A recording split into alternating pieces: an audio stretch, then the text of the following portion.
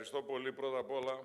Thank you very much. First of all, I would like to thank the organizers and especially Yannis for this initiative he has undertaken, because he's doing something for the plain of Thessaly. And their goal is to be able and measurably say that some of the things that might be discussed can also be implemented.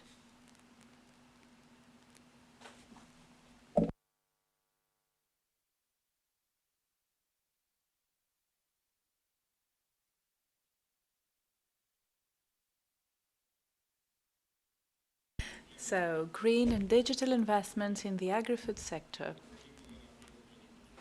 The previous speakers have already talked about various problems, and I believe this has been a very good path to my presentation, because we know what a company in this field can do.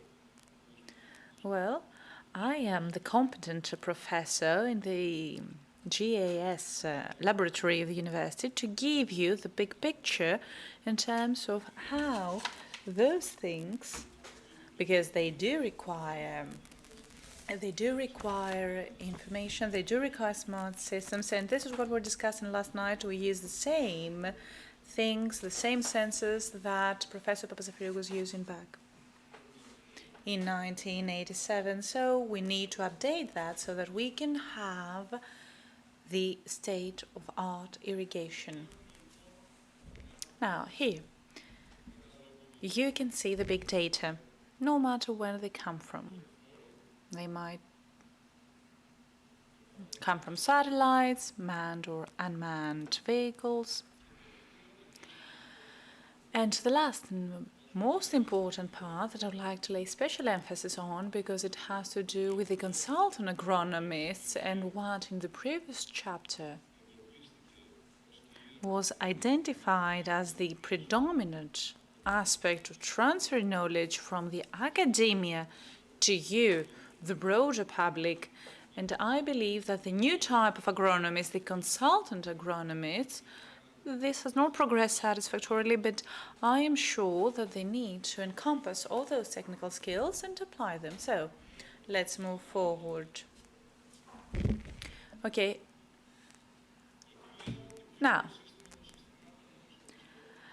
what's the system that we have in the World Earth Observatory system? Now, I would like to speak in banking terms.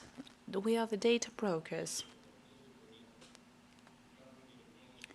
So in the European Union, we have big systems. The Copernicus, for example, has a satellite-related aspect, but the CS of the Earth observation for satellites combines all satellite data regardless of whether they come from, regardless of their origin.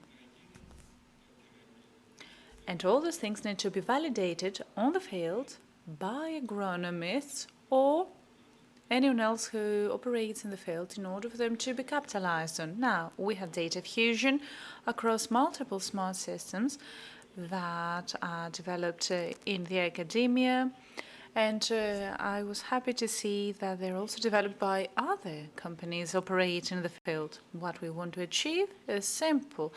We want to produce and generate services that will be customized to every farmer and their needs. Now, the part of the consultant agronomist, if we put the technical skill set aside, and if we want to be honest, we realize that in universities, I don't think that agronomists can obtain the background that they need. Anyway, toolkits have been developed based on internet aspects. I'm not going to bore with details about the type of sensors that they have, so I'm talking about portable sensors. They are based on spectroscopy, and they can give us information on the soil constituency, the soil formation, the soil aspects and ingredients that will allow us to make the optimal decision. I don't think that now it's the right time to talk about the various models that have been developed in order to support the spectroscopy and the analysis of the spectrum. And if you look into the World Wide Web in Australia, Israel, and in other countries, because this is something that stems from NASA as well, and this is something that has revolutionized the current practice. Now, Internet of Things, this is something that has been mentioned again today. This is where we're standing, but I'm not talking about the universal scale. We know that we're still lagging behind in terms of the soft infrastructure. Why is that?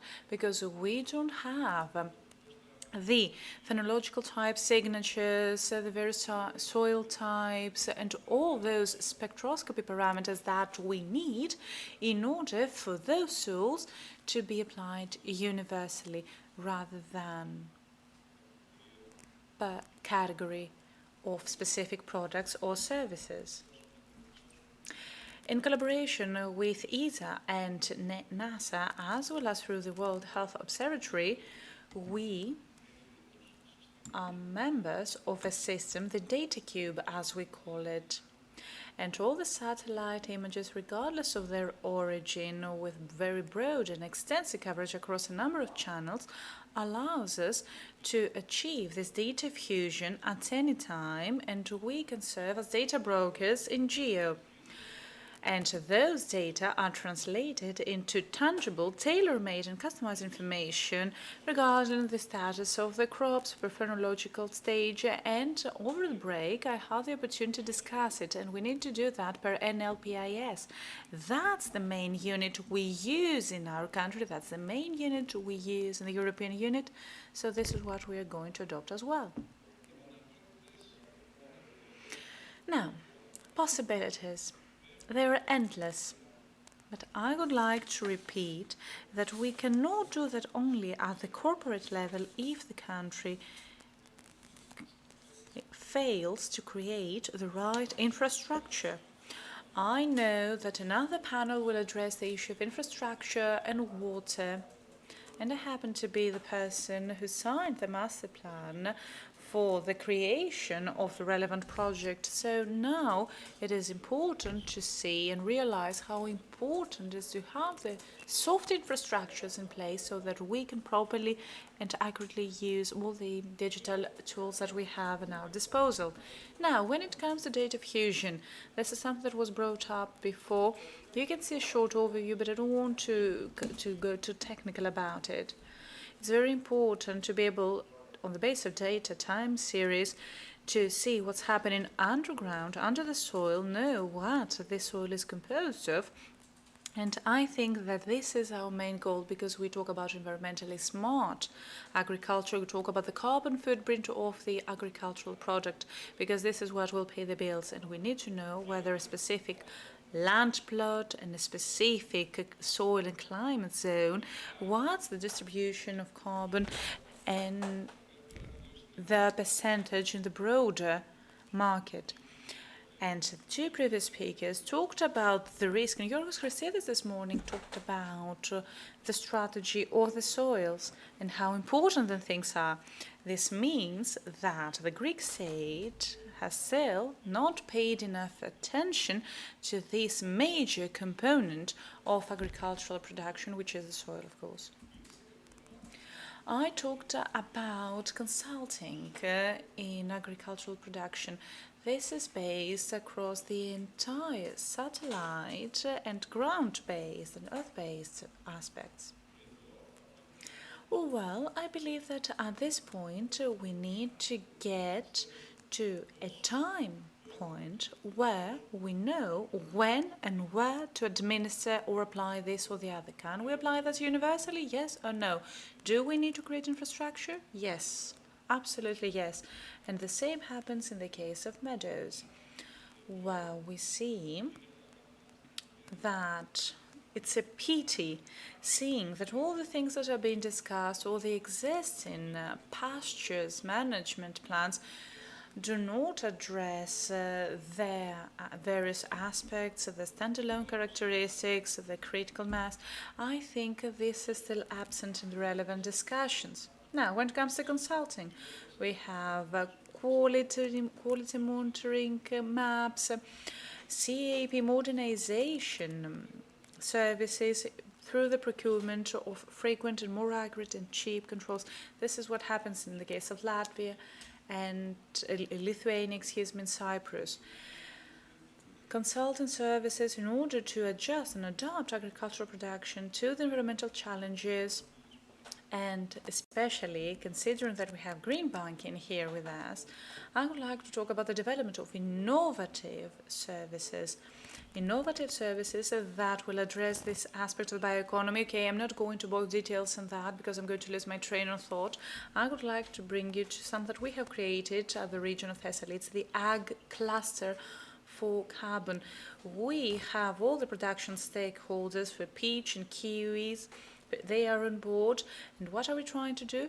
We try to produce kiwis and peaches that can be exported on the basis of EPD, an environmental product declaration in terms of their carbon production. And this means that we can have a very exact and accurate measurement of the carbon emissions generated per kilogram of end product. I'm in a hurry and I'm afraid I cannot stay longer because we have a meeting with SEVE, because as we heard this morning, this is not only relevant to the primary production, this is relevant across the entire value chain, from exporters to producers and growers, and from the soil to the shelf.